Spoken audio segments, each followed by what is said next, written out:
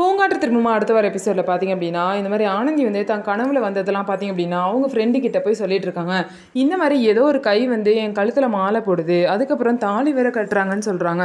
என்னடி உனக்கு ரெண்டாவது கல்யாணம் ஆக போதா அப்படின்னு சொல்லிட்டு அவங்க ஃப்ரெண்டும் பார்த்தீங்க அப்படின்னா அவ்வளோ சந்தோஷமாக கேட்குறாங்க. நீ வேற சும்மா இரு, நான் கனவுல நடந்தது சொன்னால் நீ என்னென்னமோ சொல்லிட்டு இருக்க அப்படின்னு சொல்லிட்டு அவங்க ஃப்ரெண்டு கிட்ட கேட்குறாங்க.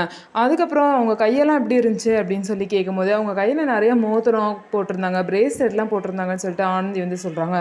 அப்போ ஒருவேளை பணக்கார பையனாக தான் உனக்கு கல்யாணம் பண்ணிக்க போகிறானோ அப்படின்னு சொல்லிட்டு அவங்களோட ஃப்ரெண்டும் ஆனந்தியை கிண்டல் பண்ணிட்டு இருப்பாங்க.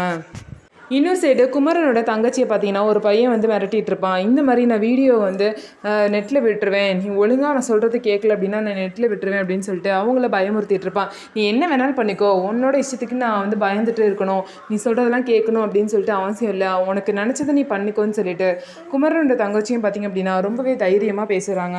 ஸோ இதுக்கப்புறம் என்ன நடக்க போகுது அப்படின்னு சொல்லிட்டு வெயிட் பண்ணி பார்க்கலாம். நம்ம வீடியோ உங்களுக்கு பிடிச்சிருந்தா நம்ம வீடியோவை லைக் பண்ணிக்கோங்க, மறக்காமல் நம்மளோட சேனலை சப்ஸ்கிரைப் பண்ணிவிட்டு பாருங்கள்.